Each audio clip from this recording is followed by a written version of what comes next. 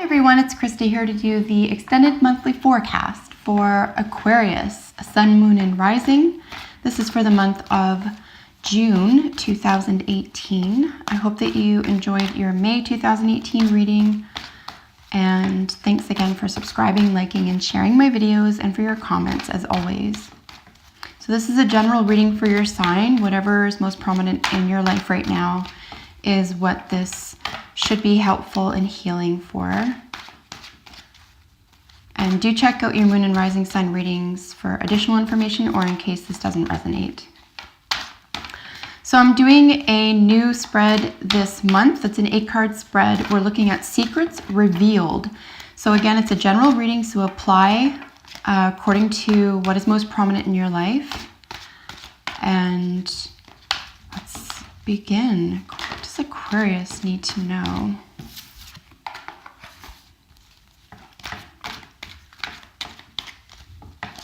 What does Aquarius need to know for June 2018?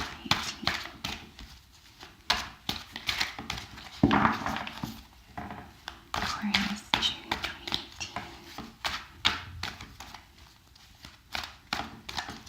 Aquarius.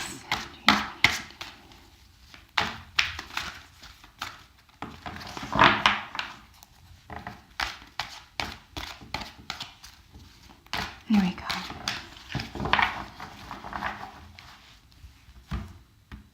All right, so the top column of the spread, the first 4 cards will be what is most obvious to you, what is sticking out to you, what you might already be aware of. And the bottom row is the secrets revealed, or things or concepts that are available to you that you might not already be aware of. And under the bottom of the deck, we have the Wheel of Fortune. This is a gorgeous card for you. It does mean that big changes are afloat for you, that you're the one who's going to be affected and your world will be affected. Also, a 10 is the end of a cycle. It's the end of a chapter. It could also be something that you revisit someday or you come back to. It's not the death card. It's not something that's irrevocable, but at the same time, this is something that will shift either in your favor or in the direction of your dreams. This is a really nice reminder of how we use our imagination and our imaginative power, what you envision for yourself.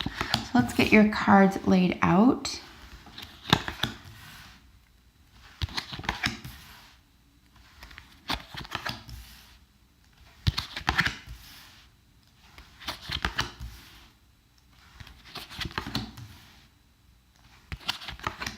All right, so just right off the bat, for example, you do have 2 major arcanas. They're both very, this one's fertility, for example, the Empress, and then we have the Hierophant, which is very much, the mastery of this, a ritualistic environment, okay? So it could just be ritual itself. It could be religion, like a very specific religion. Definitely within the realm of the spirit world, definitely within the realm of being able to teach that, having some special power or knowledge in that realm, and a leadership, and being able to act as a guide even for other people in this environment. It, in my view, because it's the 5 in the major arcana, it can have, there's some agitation to this. It isn't just dogma, for example, when it comes to religion. It's more like the way that you behave with it, or it behaves in your life, or you conduct it and you use it. And in this case, I think it's someone, unless it's someone outside, in your outside environment, for example, like if this doesn't resonate for you within yourself, this could be an energy or a person, him or herself, that's coming in, this type of person. But nonetheless, it's someone who has a great deal of understanding of the spirit world and of the world of ritual and, occult languages and belief systems, and more than that, the practice of this. So very, very interesting to see this here for you, especially because remember, this bottom row here is the hidden. This is the secrets row. This is what's underneath. It's under the surface. So these are energies or individuals or parts of yourself, for example, that are available to you, that you would do well to pay attention to, for example. And I'm really happy to see this here in the hidden environment, because I think you might have been selling yourself short, for example, especially because we have some, again, with the tens, we have the 10 of cups, the 10 of wands, and then the 10 of, with the wheel of fortune, it being a 10 as well. So a lot of, something is, like I said, there's a new chapter beginning. One phase has come to an end. But again, tens are not the death card. Death is like something permanent, like a door is closed and it's locked. Like this, and the story's over. Do you know what I mean? It's like the end of the book. Whereas the tens are saying this part of your life or your adventure or your plan or your involvement, etc., is shifting. There's another level, okay? So that's really what the tens are talking to here. So with the Wheel of Fortune, as I said, and then, the 10 of Cups. So there's a real achievement here in this emotional wellness and this bloom that you can now provide and you can share. And there's another level you can take this. So this is lovely. This is growth, right? And then here with the 10 of Wands, near the end of the month here, this is, and with the 8 of Cups underneath it, of course, this is what's available to you. This is what's under the surface or driving what's going on here. It's like a situation needs to be walked away from, or it has to be, or it's in your best interest to. For example, with this heavy load or with this burden here. But again, I still, any 10 is the end of. There's another level to it. So there's a whole new beginning after this as well. So in a way, it's exciting, because I do feel like something is, like, you have completed something. You might have even actually, graduated from something, but with not a lot of pentacles, for example, and, a great deal of cup energy, I would say that this is more in the emotional or personal realm, or even, with the Hierophant here, maybe even the spiritual realm or the world of dogma, and text, for example. It's just, are you playing within the confines of that, or are you making it personal? Would be interesting as well. Another aspect, of course, to the Hierophant, with regard to, like religious environments, contracts and that type of thing, is weddings, is unions. It's a very rich card. There's a lot of richness to this.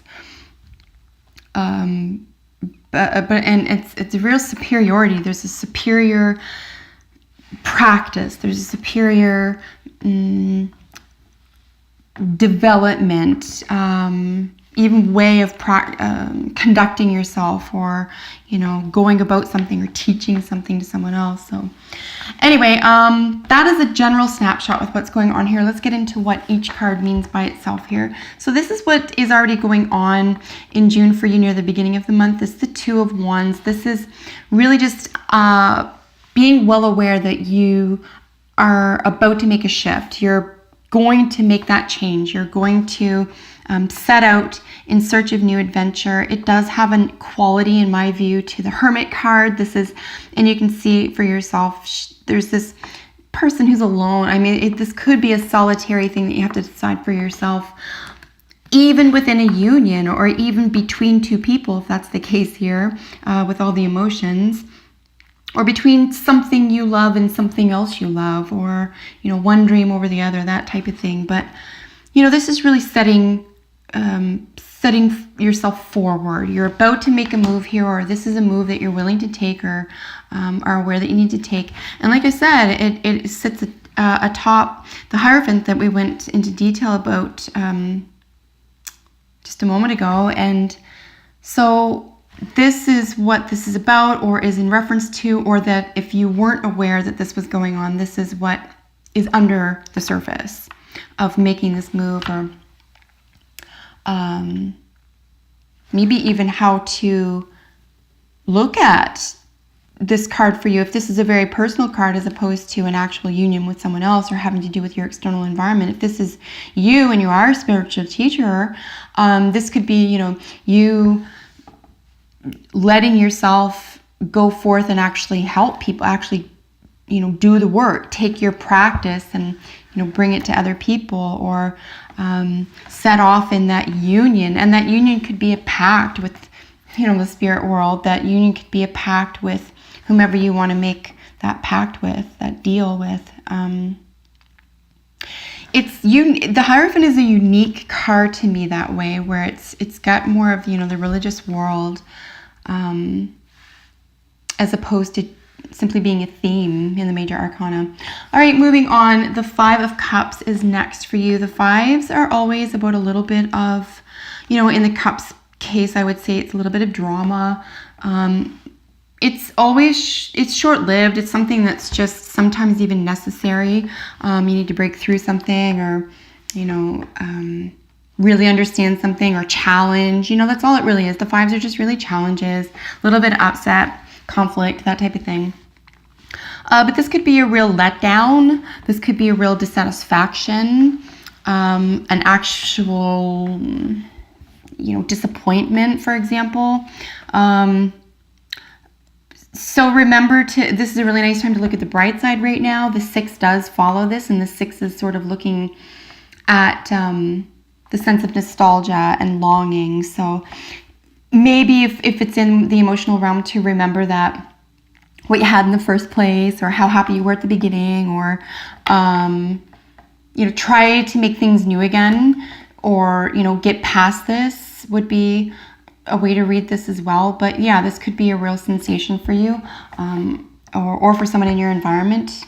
And then below it, of course, is the Empress. Here we have our 3, which is flirtatious energy. This is reproductive energy. The man and the woman come together, and they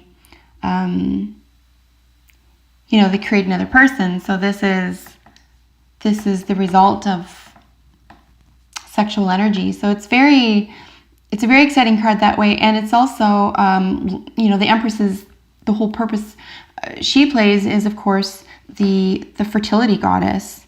So there's a great deal, there could very well be for you that you were disappointed in something having to do with a child, even a pregnancy,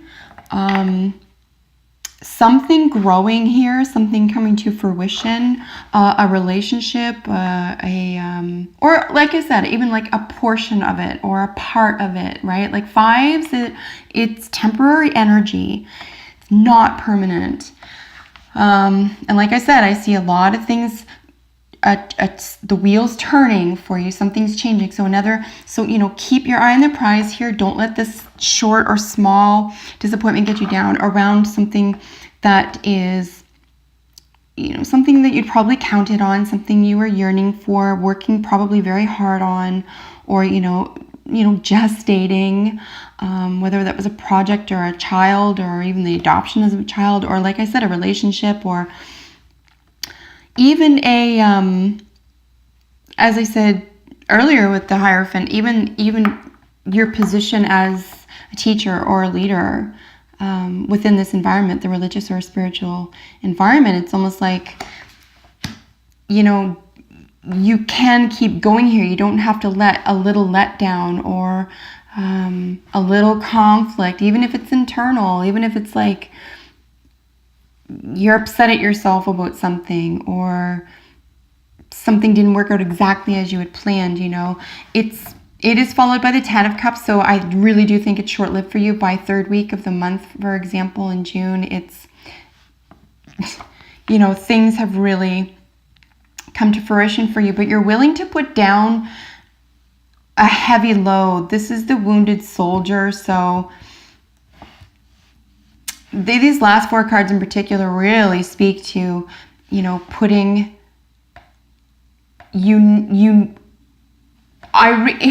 it's funny. I would normally say, you know, you need to do something. You need to walk away from something. You need to do this or put that there. But, you know, curiously, this time, I think with these 4 cards together, you know, near the end of the month, for example, the revealed and the unknown, it's like there's this feeling that you need to be more receptive, okay? Instead of pushing, right?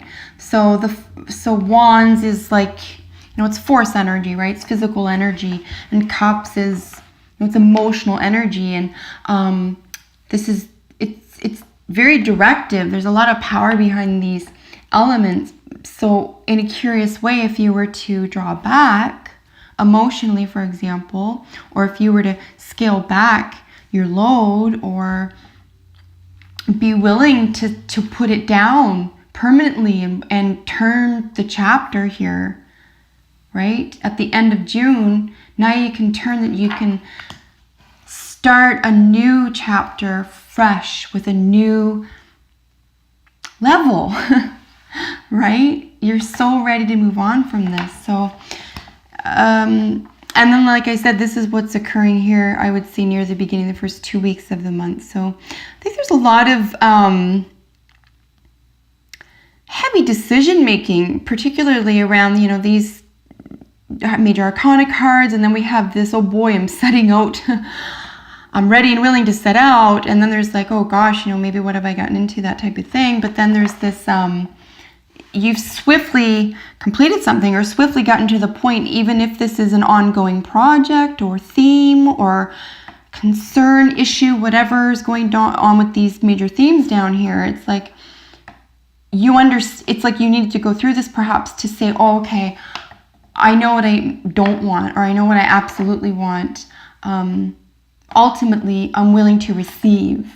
Okay, and that's what this is speaking to here, for example. It's more about you bringing this into your life. The 10 of Cups is like absolute, you know, generosity, prosperity. It's like your cup overfloweth, right? Like super chubby Buddha.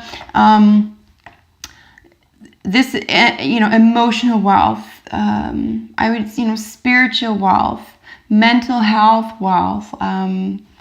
Just in all parts of your life, it's being able to share, having so much that you can share. And of course it speaks to happiness and joy and just this,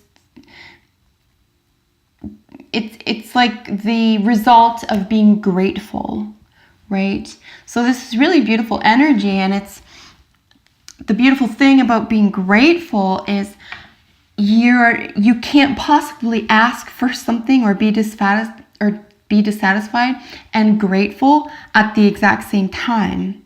So this is really positive for you, and I see that you're doing this, like, or that you're being asked to do this, like, turn this around, turn this disappointment around. Like if there's something really bugging you or not going your way or whatever it is around this theme here, you know, turn your attention to being grateful, receive what's good for you. The bottom here, I'm going to suggest, especially under this and you know, how I'm reading this today and how this is, you know, what it's showing me today is, as the wounded soldier, this needs to be put to rest. Like this needs to be walked away from, right? Like the 8 of Cups, the walking away from this emotionally, this burden emotionally, frees you. Okay, and then once you free yourself, you do get to receive more, because now you've lightened your load. You've opened up room and space to let something better in. Here at the 10 of Wands, as I was saying, this is the heavy load. But it's also the end of the chapter. So you're willing to follow through with something here, but it's pretty burdensome. And like I said, I think it's time to either find a new way to do this or to let it go. Stop, or again, here with receptivity with the emotions, it's almost like maybe stop treating it like a burden, okay? Like change your mind about it, or, you know, find a new emotional relationship with it somehow. Walk away from this how you perceive it emotionally, for example. But yeah, something, it does look like it's just a really, you'll help yourself out if you're more receptive right now around that issue, around that concern. So that was really interesting for you. Very interesting. And I've been seeing a lot of, over the past couple months for you, Aquarius, like just really interesting cards and themes around the spirit world, around the world of religion and spirit and the occult and just understanding of that. So if that's the direction that this is finding you, or, that's how it's reading for you, I would be very intrigued, because that's what these cards quite literally are saying. But yeah, sure, it could be around other elements of your life. So commitments of any kind, really. And like I said, I think pact is a really good word, commitment, arrangement, really lofty goals, a real wide reach, birthing an idea, birthing a new way of doing things here that could even be a new way of doing what you've already begun that you find overwhelming. Look at this gorgeous card for you. The hummingbird. It's one of my favorite. One of my favorites out of that whole deck. Wow. And let's get your last oracle card here. So these are just messages that you may need to hear as well. Either in addition to, they usually are in addition to the reading, or a little message on their own that you needed to hear.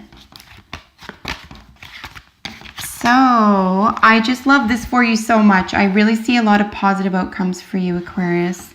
Give yourself a lot of patience and credit throughout the month, okay? And at the end of the month, I think you'll be free and clear from something emotional here that's been holding you back regarding a burden you're carrying, okay? Here with the enchantment, this is one of my favorite cards as well from the Healing Angels Oracle. The enchantment card, how glorious is this, okay?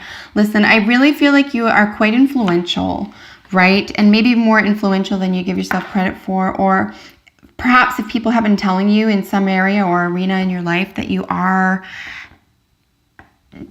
something, okay? And not just like, you're my friend, but like, you would make a great, or you do this really well, or why don't you, okay? Like if maybe, take that to heart a little bit and sort of roll with that and see how it makes you feel. And if you do have a natural propensity, maybe run with that, because I do think that being authentic is enchanting. You always know when you're around someone who's authentic, and it's quite compelling. So that could speak well to you if that's what's going on. Enjoy the moment. Be in the present would be another way to read enchantment. This is the joy card. How beautiful is this? We do have a 44 here. So we do have an infinity with the number 8, and of course the 4 and the 4 with like solid foundations for you. So again, I feel like this is something is not over here for you. But another level, you have to get to the next level here. So, take some joy in what you've achieved. Again, switch the narrative up, switch your perspective, again, utilize that gratitude, the attitude of gratitude. And I really think that things will start to fall into place for you, and you'll be able to enjoy things a lot more, and through appreciation, and you'll manifest faster. Here with the new love, a new person has stirred your romantic feelings. So, that's pretty self-explanatory. If you're single and interested, you would have met somebody already. And so maybe see how you feel about that, if you want to run with that or not.